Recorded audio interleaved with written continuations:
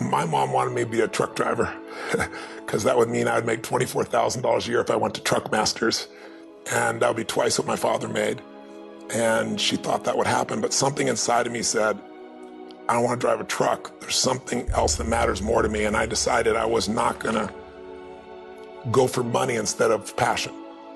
And the rewards have been pretty amazingly better than being a truck driver. It's not bad being a truck driver, it's just not what I was after. And I look back, and one of the things that helped me was my original teacher, Jim Rohn, who was a personal development speaker I went to hear when I was 17.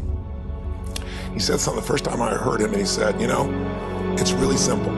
If you want life to change, you got to change. If you want life to be better, you've got to get better. It's the only way it happens. And luck will show up for people and it'll leave them. But if you're constantly improving who you are and what you give, game over.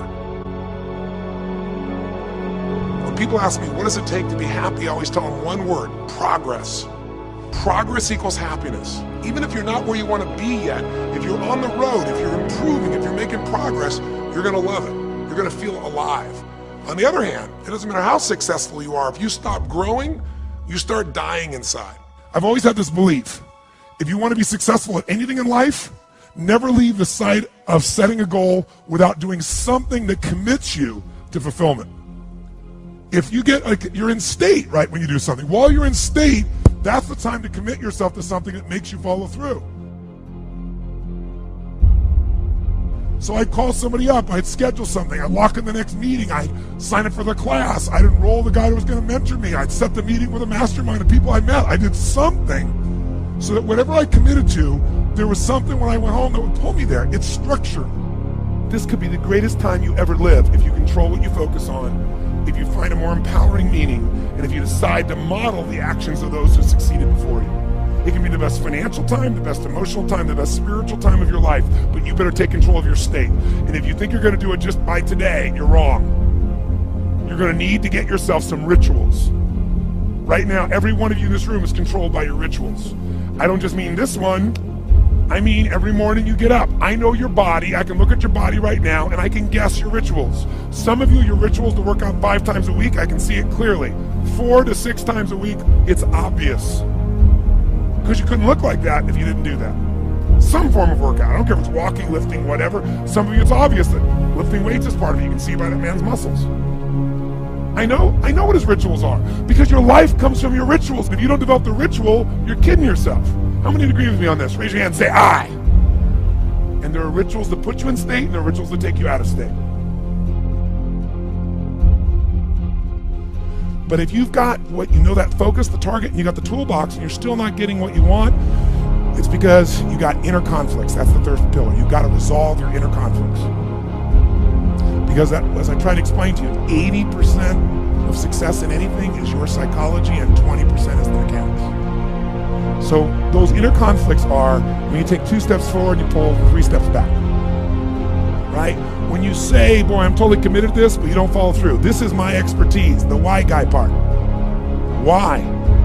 Why do you keep saying you want this? You have crystal clarity, you have the tools, and you're still not getting it? There's a conflict in you. Align your life with what is most important to you. And then once you are in a position where you're aligned, guess what you'll do? Take action. You won't have to work at it. When everything's in alignment, there's nothing pulling you away, boom, you go for it. Progress comes when you tell yourself the truth and you're able to feel the uncertainty and take action anyway. The thing that stops us all is fear. It's no surprise. Fear of failure, fear of rejection, fear of the unknown, fear of not looking good. And that fear we could translate into the simple thing of uncertainty. Now, when you look at someone who's incredibly successful, you look at someone who's truly a leader in their life or in their field, the one thing they have in common is they exude this sense of certainty. Now, where's that come from? Is it inborn? Are they lucky? Are things just going their way? No, great leaders know how to step in the uncertainty and bring the certainty to the situation.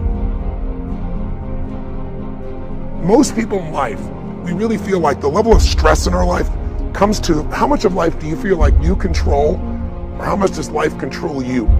Do you tend to control more of what's going on, or events controlling you? It's very easy to have those events start to take control unless we take control of what's between our ears, our own mind. You see, what you and I focus on massively affects how we feel, whether we're thriving or surviving.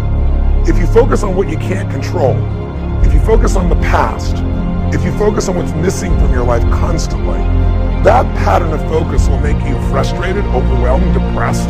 It won't even matter if you're taking antidepressants. If you keep focusing on what you can't control, what's missing from your life, you're going to feel depressed still. You can take as many antidepressants as you want. Focus equals power. If you want to thrive, you got to focus on what you can control. You got to focus on the difference you can make. You got to focus on what's already in your life that you're grateful for. So you got to find a story that's going to empower you to act. A story that's going to get you to find the breakthrough. Because otherwise, with a lousy story, you'll never find the strategy, or you'll come up with a reason why it's too expensive, you can't get there, you can't access it, or you'll even get the strategy and then half-assed apply it just so you can reward your story that says it doesn't work because I tried it. Resourcefulness is the ultimate resource. And if you don't have what you want, stop telling yourself the story because you don't have the money, you don't have the time. That's bullshit. It's because you haven't committed yourself where you would burn your boats. If you want to take the fucking island, burn your fucking boats. And you will take the island because people, when they're going to either die or succeed, tend to succeed. But most of us give ourselves a way out, and that's why we don't have what we want. I was thinking about where this journey began for me, my desire to serve. Every day before I get on stage, I do this thing to whip myself into a peak state, and then my last words are, use me, Lord. That's my prayer. And every day my goal is to be a blessing in people's lives. Just do more, give more, share more, create more. What you need will be there. It's like air. You don't stop to think about when you take a breath whether it'll be there or not. It's always going to be there. Yeah. You just got to do your part. Early in my life, one of my mentors, a man named Jim Rohn, said, Tony, all you have to focus on in your life is find a way to add more value than anybody else does, and you'll never have to worry about anything.